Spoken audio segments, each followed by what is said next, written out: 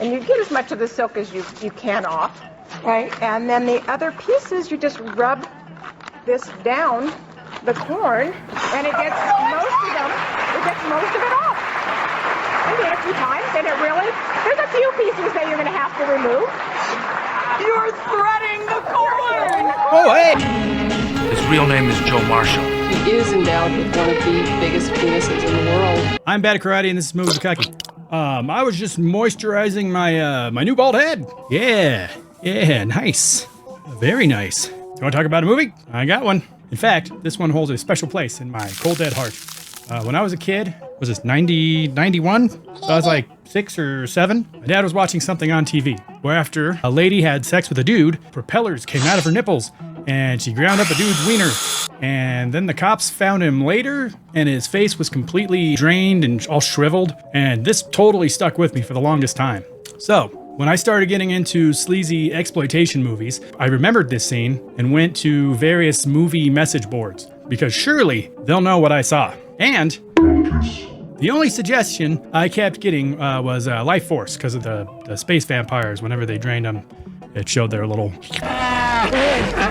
So, I just kind of forgot about it. Cut to several years later, I find myself allergic to money, and I decide, I know, I'll sign up for the Vinegar Syndrome monthly subscription service for $1,000. I sure could use $1,000 right now. For $1,000, I would get 5 to 6 Blu-rays a month for an entire year. What a deal! No fucking way. What a screamer! No! And now I may be a 40-year-old divorcee who lives in the basement of a friend's house, sleeps in a twin bed with a dead-end job, dead up to my eyeballs, no 401k, no savings, no kids, and a drinking problem. Well, look at all these movies! I haven't seen any of them. And I got a YouTube channel. Where the hell was I going with this? Oh yes, every month I want to look at the announcements so I could be surprised when I opened up the package, and I would do that live on Twitch. After I would pull out the Blu-ray, I would play the trailer and discuss the movie in the box with the people in my chat. Both of them! Then, along came this little sweetie pie. Steel and Lace. Now, I've never heard of this at this point. So I looked up the trailer, and what did my beautiful little Betty Davis eyes see? All the bullshit I was just describing earlier. Kinda. We'll get into that. My eyes welled with tears, and I got downright emotional live on twitch.tv. And of course, right in the middle of that beautiful moment, I was banned. Because at the time, my name was Tetes Doras, which means tough titties, or to be precise, hard tits, which apparently is a fireable offense, I guess. So yeah, all the footage is gone from that stream, and they don't let you keep anything once you're canned, so it's all gone. Anyways, enough old man rambling with hopefully enough cheesy resolve animation to keep your attention. Let's get into this motherfucker. This is a revenge movie directed by Ernest Farino. Farino is best known for directing Steel and Lace, and that's pretty much it. I guess he did some TV too. He did 4 episodes of Monsters, which is badass. Oh, great! It's Monsters, our favorite show. It's starting. Great show. 7 episodes of The Land of the Lost, the 90s version.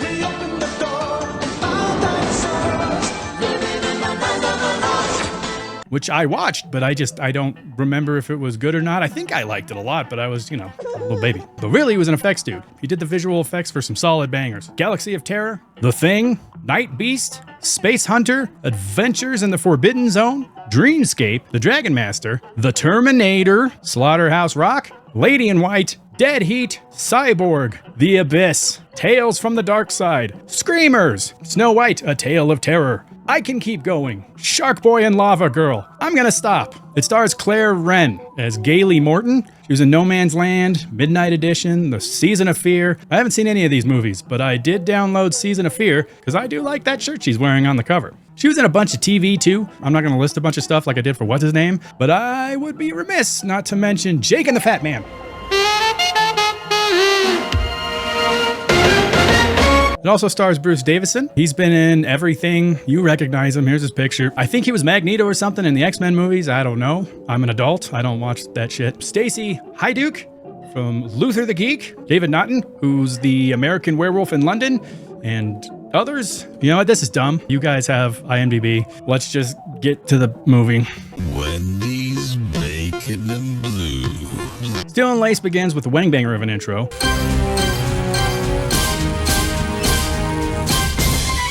It opens up in a courtroom at the top of the verdict for a current case. Galatea Morton is our protagonist, and she is a gifted young penis.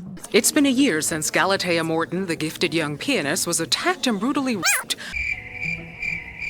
How the hell am I supposed to make a cheap penis joke to this? Dagnabbit. Well, whatever. With her Dr. Robotnik brother, what's his face? Her brother, Dr. Albert Morton, has been with her throughout the trial, having resigned from NASA's artificial intelligence program, which set back the launch of the Prometheus robot probe. And on the other side is Danny, who's like a rich kid. Danny Emerson, heir to the Emerson real estate companies. It cuts back to a scene where 4 of Danny's buddies grab her and bring her to him, and it's the same dudes just hanging out in the audience, and they become his alibis? Is that how shit works? But I guess it does work because according to Mullet Dork here, Not guilty.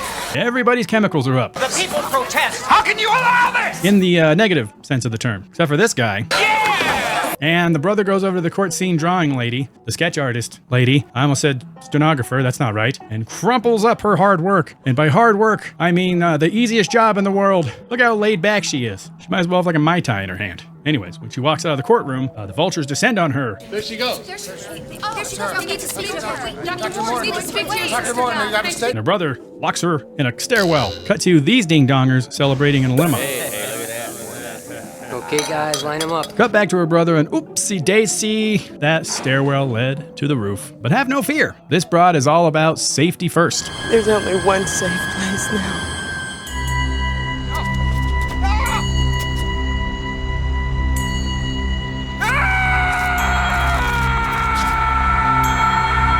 Splat. 5 years later, we're looking at the bros, and they're offering a man $50K for his house. 50,000. It's 1990. Is that a bad deal? I don't know if that's a bad deal or not. It seems like a bad deal. I can never tell with these older movies. You offered 60.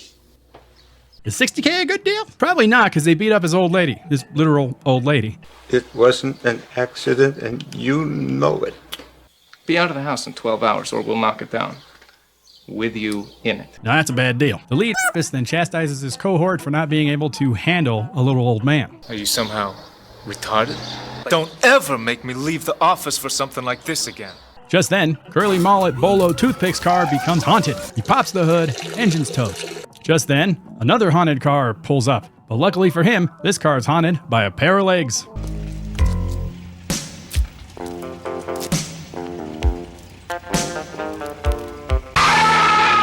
She then tells him his car's fucked and offers him a ride to, somewhere. In Hachi Machi.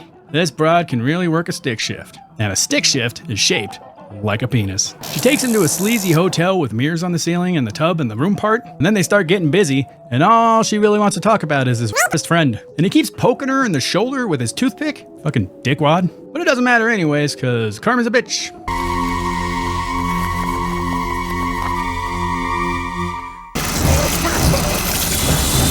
As you can see, my little boy brain was pulling tricks on me. I remember propellers coming out of the nipples and his peener getting ground up, but instead, it was that.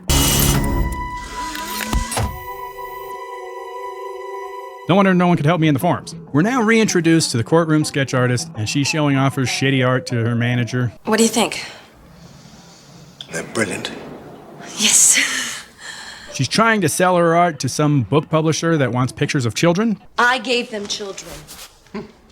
Gangs with guns and knives, smoking cigarettes and being sexually precocious. But she's trying to sell her work to a coffee table publisher by not selling out. Allison. I won't castrate my art.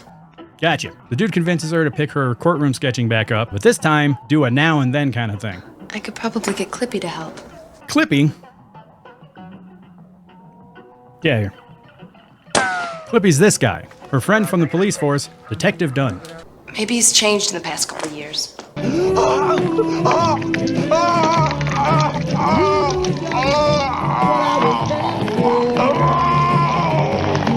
Jokes. Anywho, Detective Dunn is assigned to the guy with the hole in his chest, and he's with his best friend Squiggy. This man has a hole in him. Allison, the artist chick, meets up with Detective Dunn to meddle in his murder case. I need help with a project. So she can sell her art to a publishing conglomerate, I imagine. He tells her to beat it, but then the police chief tells him she has to tag along with him, so she doesn't send up any red flags. Help her by keeping her away from Emerson and his pals. There's a lot of this love story between the artist and the cop in this movie, but it's boring as fuck. So I'm just gonna cut it all out. I'm not gonna let this director's bad decisions drag down this video. God damn it. So let's cut to another member of the shitbag squad, Doug Stanhope here. He's working with an FBI agent slash Twin Peaks fanboy. Falling in with the wrong people. I do like this guy though. He's super quirky. Do you have a first name? Yes, I do.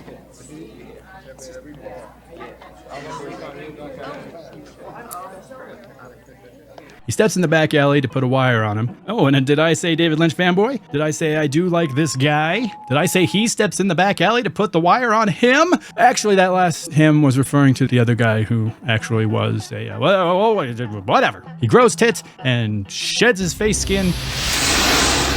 And it's steel and lace.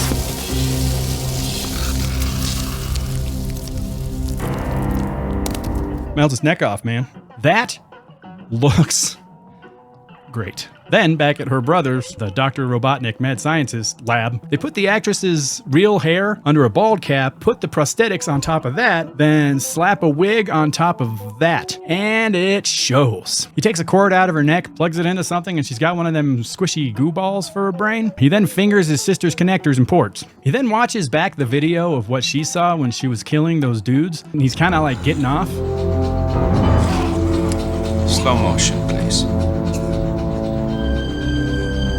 This is troubling to her because it's not yet 2007, and everybody wasn't doing that yet. Cut back to the Numbnut Brigade, and they're sweating bullets. Ease up, Danny. Don't fucking tell me to ease up. All I'm saying is, it doesn't help anything if we lose our heads. Lose our heads? Jesus.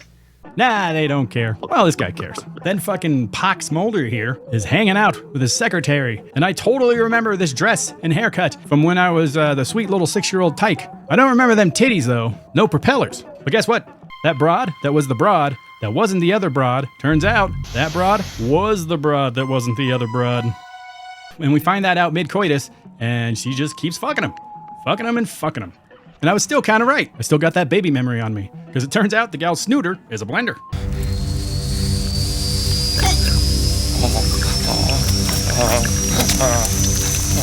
Your snooter's a blender. And she, ... grinds his wiener up. And, ... look at his face. I'm the king of the brains. Also, why didn't any of you get my Pox Mulder joke? He has pock marks, and it looks like David Duchovny. I just came up with that. I should be getting that Laugh Factory money. Her brother then watches that last guy die. I should have called him Craig T. Nelson, but I can't think of a pun that kind of works with that. If you have any Coach Meets pockmarked pun, make sure to leave it in the comments section below. And don't forget to like and subscribe. Yeah. There's a bunch of art broad and cop shit here, and it's fucking boring, so let's just skip to the next kill. Which is the point of rape revenge movies. This is a rape revenge movie. For those of you who don't know, rape revenge is an entire genre of movies. It's where a lady gets raped, and then one by one, she gets her revenge on the perpetrators. There's a huge amount of movies under this umbrella. I got a fucking book on it, written by a lady. Now who's sexist? There's so many of these damn movies. Where the hell was I? She then meets up with a quasi-moral member of the rape squad, and by quasi-moral, I mean nebbish and squirrely. It was Danny. I swear to God, it was all Danny's idea. Dennis Millerberg here tries to board a helicopter, but instead brains a helicopter. I did it again. This might be where I got the propeller nipples thing from. Probably not, but I don't know. Who knows? We then have her brother demonstrating why he really reanimated that corpse. Tonight, there will be no more.